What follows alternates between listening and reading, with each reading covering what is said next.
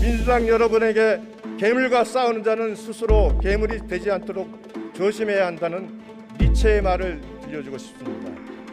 여러분이 의회 민주주의의 목을 조르는 괴물이 되고 있다고는 생각하지 않습니까? 안 된다고 소신 있게 말한 적이 단 한 번도 없는 대호 총장이고 이미 사건에 연루된 피의자이기도 합니다. 감사원에 감사위원으로 추천되었으나 정치적 중립성이 의심된다고 하여 감사위원 제청이 2차례나 되지 않았습니다. 김호수 후보자는 철저하게 검증돼야 합니다. 이런 무용지물의 인사청문회는 차라리 하지 말고 임명을 강행하십시오.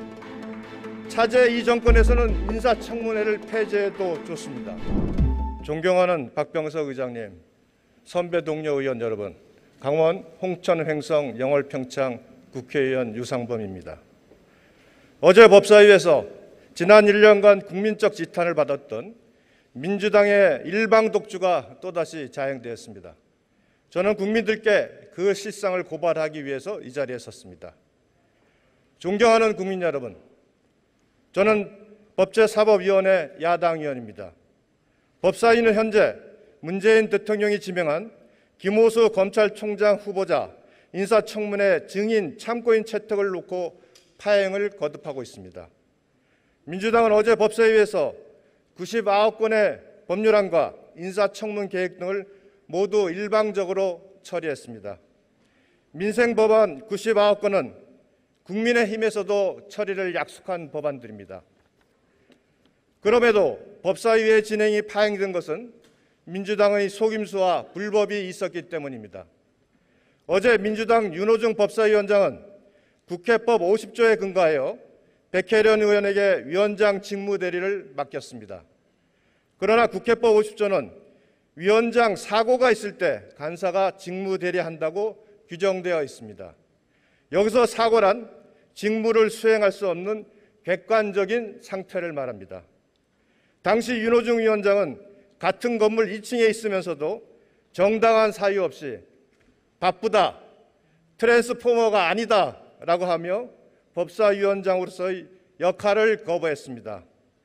여당의 원내대표에게는 법사위원장 자리는 쉽게 역할을 포기할 수 있는 모양입니다. 민주당 의원들은 관행적으로 사고를 넓게 해석한다며 국회의장이 화장실 가는 것조차 사고라고 주장했습니다. 이후 박주민 의원은 야당 의원들에게 증인 채택을 논의하자고 나타났고 논의하는 중이었습니다. 그러는 가운데 백혜련 간사가 법사위 여당 단독 개최를 선언하였고 야당의 강력한 반대에도 불구하고 국회 역사상 전례가 없는 간사 교체를 위한 기립표결을 실시했습니다. 그렇게 법사위 간사가 박주민 의원으로 교체됐습니다. 속임수를 써서 야당 의원들의 시선을 돌리고 그 사이에 단독 처리한 것입니다. 심지어 오전 중에 박주민 간사 선임을 강행한 이유가 모 의원이 오후에 지역구 일정이 있다는 지극히 개인적인 사정 때문이란 것은 같은 국회의원으로서 부끄러움을 느끼게 합니다. 이후 박주민 의원은 위원장석에 앉아 다시 회의를 열고 법안 99건과 인사청문 계획 등을 여당 의원들이 단독 처리했습니다. 박주민 의원에게는 간사 자격이 없습니다. 국회법 50조 2항은 간사는 위원회에서 호선하고 본회의에 보고한다고 되어 있습니다.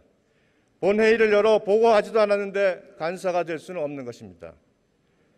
게다가 윤호중 위원장은 그런 박주민 의원에게 또다시 직무대리를 위임했습니다. 존경하는 국민 여러분, 이는 단순하게 거짓으로 야당을 속인 게 아닙니다. 국민의 신뢰를 배반한 것이며 민주적 절차 자체를 부정한 것입니다.